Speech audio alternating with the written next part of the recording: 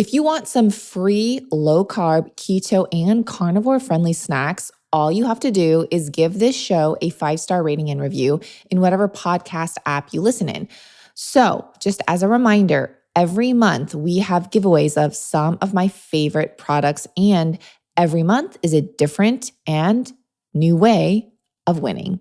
So this month, I am gifting Paleo Valley's grass-fed and free-range meat sticks. You're going to receive 1 pack of beef sticks, 1 pack of chicken sticks, 1 pack of turkey sticks, a pack of their venison sticks, so good, and a superfood golden milk powder. I don't know if you've tried any of these, but if you haven't, they are a must. Just give this podcast a 5-star rating and review, and every last episode of each month is where I will be announcing the winner. So don't miss those episodes because you may end up missing me announcing that you are the winner. Have you ever turned a package of food around and have read the ingredients, and then under the ingredients it says made with bioengineered food? So that's what we're talking about today, because little do many know that nothing has changed within the formulation, ingredients, or the recipe of, let's just say, a cereal box or a tortilla. Companies have not changed the ingredients or the source of ingredients or anything. They haven't probably even changed the formulation.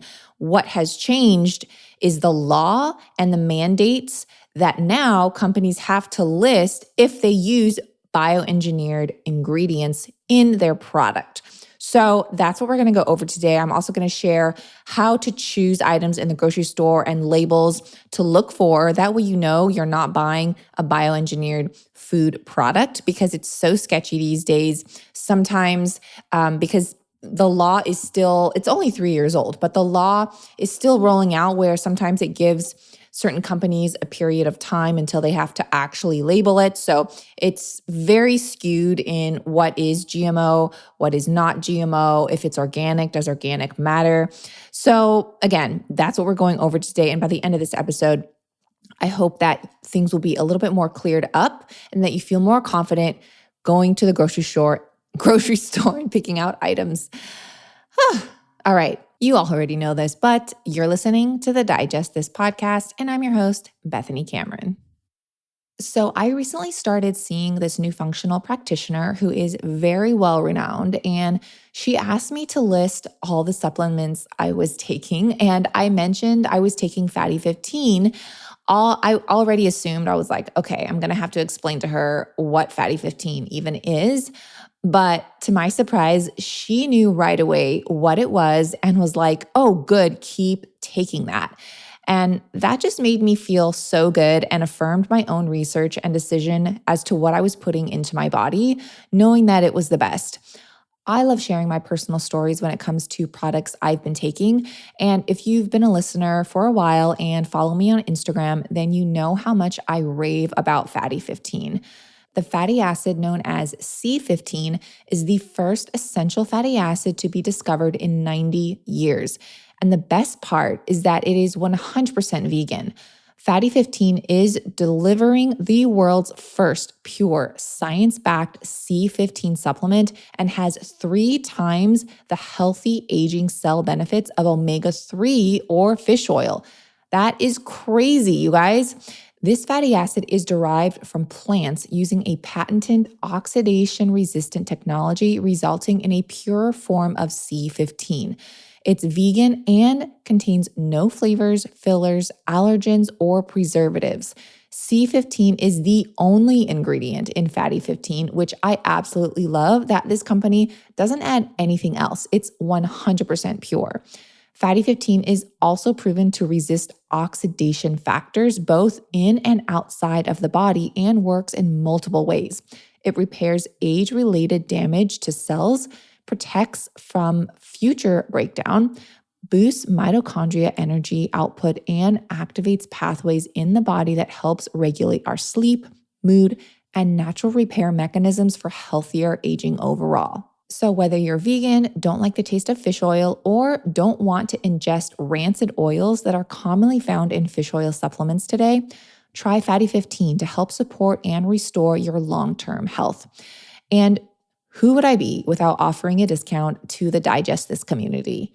So Fatty15 has graciously given me the ability to offer you 15% off their 90-day subscription starter kit. Just go to fatty15.com/digest and use code DIGEST at checkout. You can cancel anytime, by the way. That's FATTY, the number 15.com/digest, or use code DIGEST at checkout. Knowing what food choices to make in America can be really challenging. As consumers, we are continually bombarded with phrases like natural, farm-raised, grass-fed, free-range, gluten-free, keto, natural flavors, and of course, genetically modified. So on January 1st, 2022, only 3 years ago, a new labeling requirement for biologically altered products in the US was introduced, which was the National Bioengineered Food Disclosure Standard. It requires food manufacturers, importers, and retailers, but note, not restaurants, to disclose if any ingredient in their food product contains more than 5% of an item on the bioengineered food list. This means that the product contains some amount of genetically modified ingredients. Now, some say the label causes confusion, and a group even sued the USDA in federal court to block the new rules. That's crazy, you guys.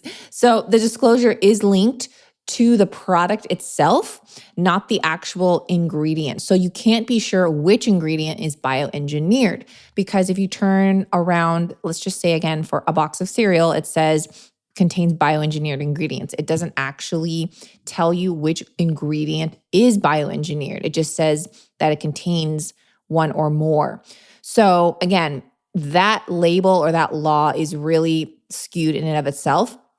But all in all, the end product contains bioengineered ingredients. I'm going to share items on the bioengineered ingredient list. Now, this is updated annually, so I'll include also the link in today's show notes so that you can go on the official website and see what items are on this list. But just to go over a few, there's alfalfa, apple, certain types of apples, not all, but variety of apples, canola, that includes the canola oil, corn, cotton, including cottonseed oil, eggplant, papaya, pineapple, potato, salmon, soybean, squash, sugar beet, and sugarcane. Again, there are caveats to these because not all potatoes, and so there's a few varieties. I will say though, just from knowing a lot of sources, basically all papaya is GMO unless it is organic certified. And I'll get into that later in today's episode because I want to distinguish that. Again, if you want to go over those list of ingredients that are bioengineered, I'll include that link in today's show notes because they are constantly being updated and changed. So for small packages less than 12 inches, producers can supply a QR code, website, or phone number that consumers can contact for information. This may not be the best option for those who are not tech savvy. And again, it's a little bit skewed. How are you supposed to know to scan the QR code on a very small package? Like, what would prompt you to do that without it saying, includes or made with bioengineered food ingredients? So it's like now I'm like, okay, well, I'm just going to scan every QR code and see what it says. It's so sketch. Now, the USDA was trying to take a balanced approach to satisfying the consumer's desire to be informed while minimizing the label costs and reducing confusion caused by state-level labeling differences. The labeling requirement applies only to food eaten by humans. However, all dairy and meat products, even if the animal eats bioengineered feed, are exempt. Now, why is this? Because they are covered by the Federal Meat Inspection Act, the Poultry Products Inspection Act, or the Egg Products Inspection Act administered by the Food Safety and Inspection Service. Confused yet?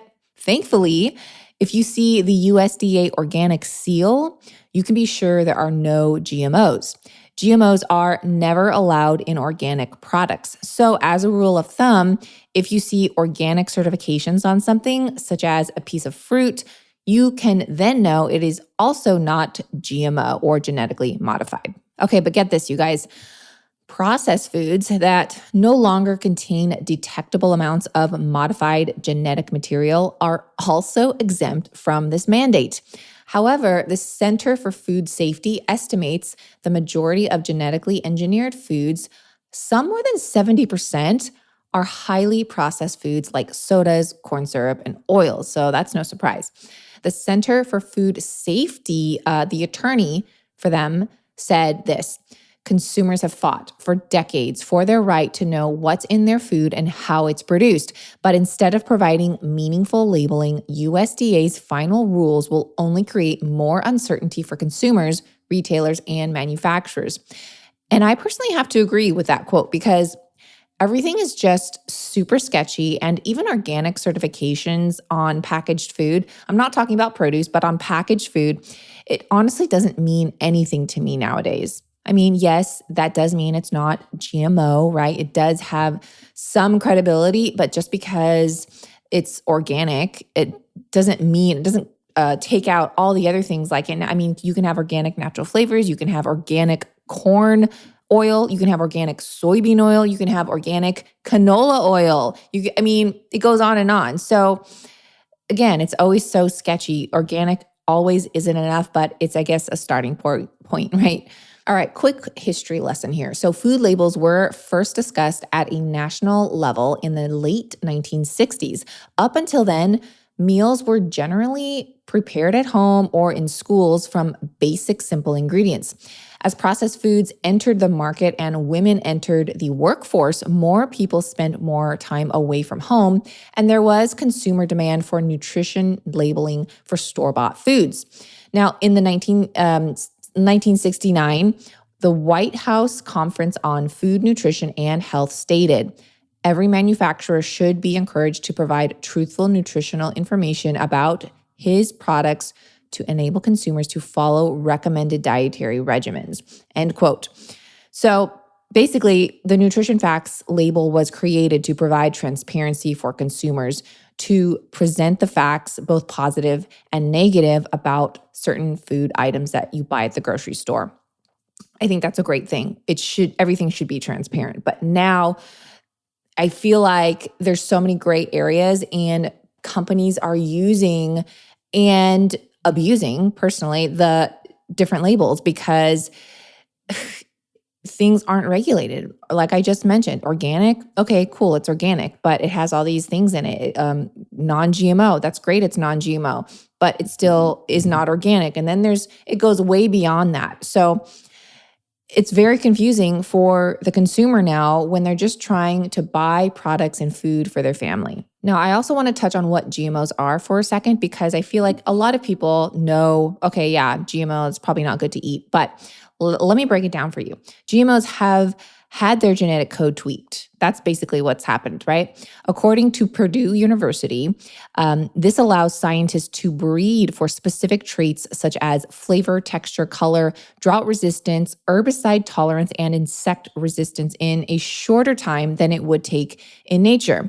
This targeted modification of DNA is done in plants and animals, with plants entering the food chain and animals, with the exception of salmon, being used for research.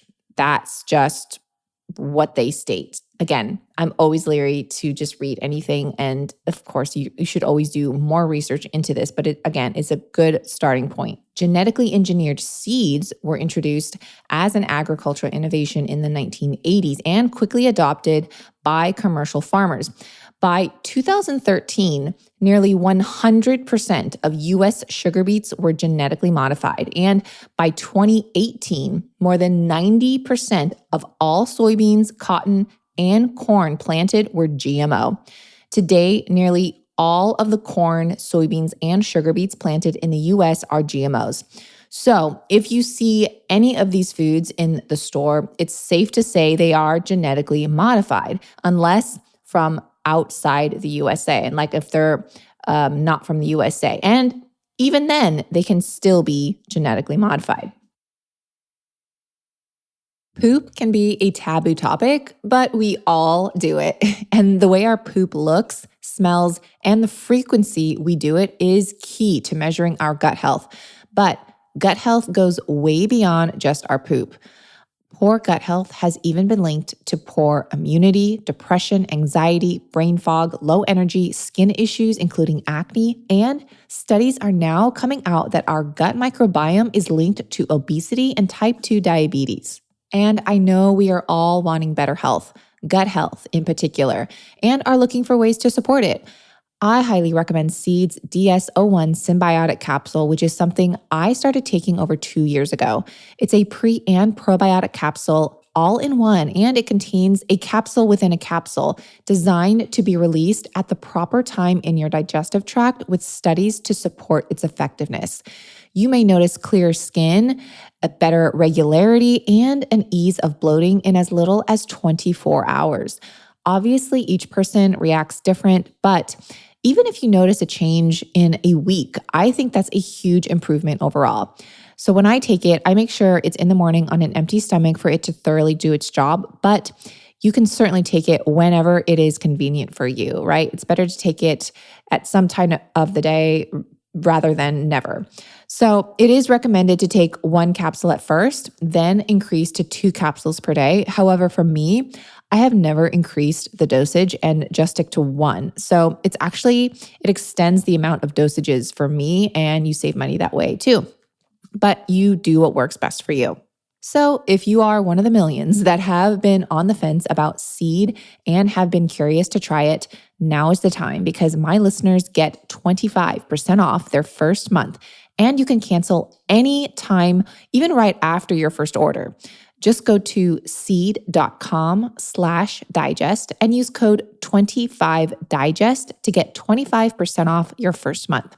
That's 25% off your first month of Seed's DS-01 Daily Symbiotic. Go to seed.com/digest and use code 25digest. Now, you may just think, okay, well, I'll just avoid corn and soy, no big deal, right? But corn and soy go beyond just corn on the cob and edamame. They are used to make prominent food ingredients like cornstarch, corn syrup, and cornmeal, cooking oil, and even margarine. And even if a food you buy at the store or from a restaurant is corn or soy-free, many places, like even frozen chicken nuggets and frozen French fries, for example, they pre-fry them before freezing, and perhaps they could be pre-fried in cottonseed oil or other GMO inflammatory oils. So be sure to truly look at the labels and even ask the restaurant like what oils they are using. I do it all the time, and I often choose my meal based off of the items and how it's prepared and marinated. So you also want to check to say, hey, is this like pre-marinated? Does it come with a pre-marinated sauce? Can I get the sauce on the side? What's in the sauce? All the things. Ask them to bake or grill your food, and that typically cuts out the oils. There's this place very local to us, and I always ask them to grill the fish versus like sauteing it in the oils that they do. So just little things like that. You could just ask, hey, can I get it baked? Can I get it grilled? Do you use butter? Do you use oil? All that. It's totally okay to be that person. And if they ask, just tell them that you can't have those ingredients. Trust me, they will do their best to accommodate, because they do not want a person leaving their restaurant ill or with a bad review, or even worse, a lawsuit. Now, going back to the non-GMO movement for a second, I just remember like back in the early 2000s, there was a huge movement, and there was also the Non-GMO Project. So you've probably bought products with the non-GMO label on it, right? It's basically the label, it says non-GMO verified. I'm sure you know what I'm talking about. This was developed back in 2007, and its 50,000 plus products have annual sales of more than 26 billion. This is according to the Non-GMO Project. So basically, if you have this stamp or this label, sales are through the roof with whatever product it is. So this label has had a large impact, as people are often confused buy it and may think that is something that's maybe similar to the organic certification.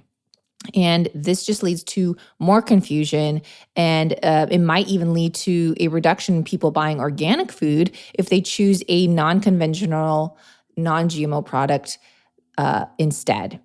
Hopefully that makes sense. I feel like I'm even confusing you more, but I'll try and even dissect it a bit more. So, as with anything in our food system, the answer to what to buy is definitely not simple. The reality is that just many of the foods in the market today are actually and already genetically modified. Certified organic products have restrictions around what type of plant breeding can be used, while bioengineered products do not. I also want to point out that plant breeding, aka selective breeding, can still be done organically and with organic crops, making them still organic, while GMO crops are 100% different. Now, I'm curious to know if any of you guys have heard of selective breeding, a traditional method that involves choosing plants or animals with desired traits and breeding them to produce offspring with those traits. Selective breeding has been used for thousands of years to domestic plants, animals. For example, humans have selectively bred cows for higher milk yields. Basically, 90% of the apples at the store are also selectively bred, yet are still organic. So think of the different breeds of dogs as another example. We didn't have this many breeds of dogs as we had 100 years ago. Over time, one type of dog mated with another, resulting in a mixed offspring, and then that offspring eventually bred with another dog that was a pup from two different types of dogs as well, and so on and so on. So nonetheless, the dogs were never genetically modified. They just resulted from parents of different breeds. My husband actually majored in plant science and grew up in one of the highest cities. I want to say highest cities, one of the top cities in America where most crops are grown for the USA. It's just right outside of Mexico City in California, which is basically farm county. He explained it to me very well, and I was even surprised after he shed light to selective breeding that it's not actually a bad thing, but it can be if breedings from two weak organisms result in an even weaker organism. So if you breed two really strong, high potent plants, the offspring will be even stronger and vice versa. So for example, if you crossbreed a nasty tasting vegetable with another nasty tasting variety, their offspring will most likely taste even worse than both of the parents. Or if you breed a produce with a little nutritional value, and then the other one containing very low nutrients, the result will be something even worse with hardly any nutrients. Now, GMOs are different than selective breeding. This is a more modern technique that uses genetic engineering to alter the DNA of plants, animals, or microbes and can introduce a gene between two distantly related species, such as intersecting bacterial gene into a plant, inserting a bacterial gene into a plant. Now, certified organic products are exempt from the new food label disclosure rules because to carry the USDA organic seal, farmers and producers must show they aren't using GMOs and that they are protecting their products from contact with prohibited substances such as like GMOs, farm to table, different pesticides, and things like that. This means that basically an organic farmer can't plant GMO seeds. An organic cow can't eat GMO alfalfa or corn, and an organic soup producer can't use any GMO ingredients. Now, buying certified organic products is probably the best way to avoid conventional food pitfalls and support healthy ecosystems in the land and in your own gut microbiome. And if you want to take it a step further, look for regenerative foods, which means the crops and animals thrived in a place of freedom, diverse agriculture, natural fertilization, and nutrient-dense soil. I also just want to quickly point out that just because something is certified organic and certified non-GMO, maybe it has both stamps on it, that still doesn't give it a free pass because there are still some things that I feel like are a bit shady. And maybe you knew this, maybe you don't, but you have to pay, if you're a brand, you have to pay the Non-GMO Project. You have to pay USDA organic organization to get that stamp on your product. So you have to pay these companies annually to get the certification stamp and to keep it every year on the protein powder, on the chips, on the bread, whatever the brand and product is. So keep that in mind too, because there are a lot of smaller brands out there. Maybe they're startups and they just don't have the dollars or the funds to pay these third-party organizations to get this stamp of approval, even though they're using organic ingredients, they're using non-GMO products, and they're doing right by us. I mean, have you ever gone to a farmer's market and they're like, yes, it's an organic farm. These are our practices. You buy eggs there, you buy produce, whatever. But it's not certified organic because they're at a farmer's market. Or like you buy sourdough, freshly baked sourdough from a farmer's market, and they're like, we only use sprouted organic flour. And you probably believe them, and they probably do use that. But do they have the organic certification? No, they're a small brand. They're a small company. Maybe they're baking it out of their own kitchen. I don't know. So all that to say is these stamps and labels, they're bought and paid for. And I'm also not discrediting the organic certification. I think that's great. It definitely gives me peace of mind knowing that it's gone through those steps and they have to.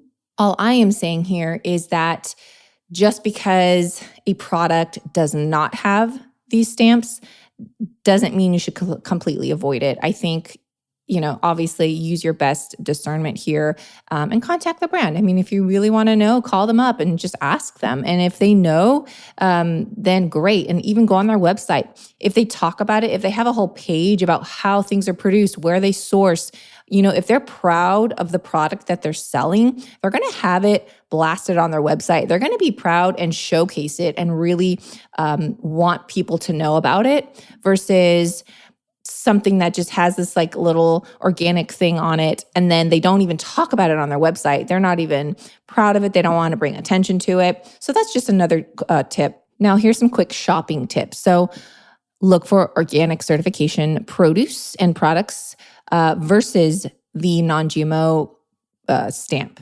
So if you're confused, remember, if it is certified organic, it is also non-GMO. But non-GMO is not always organic. Honey can be a really great substitute for granulated sugar. Just look for raw honey, as the heated kind has no nutritional value and all the health benefits such as living enzymes are cooked out. Obviously, try and buy whole, real foods when possible. My goal here is to not fearmonger or make you feel bad about your food choices, but to empower you to know what you are buying and inform you of what to look for. If you can't afford certain items, buy what you can. Real whole foods that are GMO, I mean, I hate to say it, but they're still better than packaged foods, right? They're still better than eating the cereals and all of that. If you can't buy the grass-fed regenerative meat, buy conventional. Everybody is at a different place in their health journey, and they also have different financial obligations. And there's no shaming anyone. What I love to see are those with a desire to change and trying to make better choices. Without knowing, how can you ever change? Thanks for listening to this episode of Digest This. If you enjoyed this episode, please leave a review in your podcast app to let us know. If you're ever wondering how you can support me and this podcast, sharing it with your friends and family is the best way. This is a Wellness Loud production produced by Drake Peterson and edited by Mike Fry. To check out more shows by my team, go to wellnessloud.com, and to email the show, message us at digestthispod@gmail.com. See you next time. The content of this show is for educational and informational purposes only. It is not a substitute for individual medical and mental health advice and does not constitute a provider-patient relationship. As always, talk to your doctor or health team first.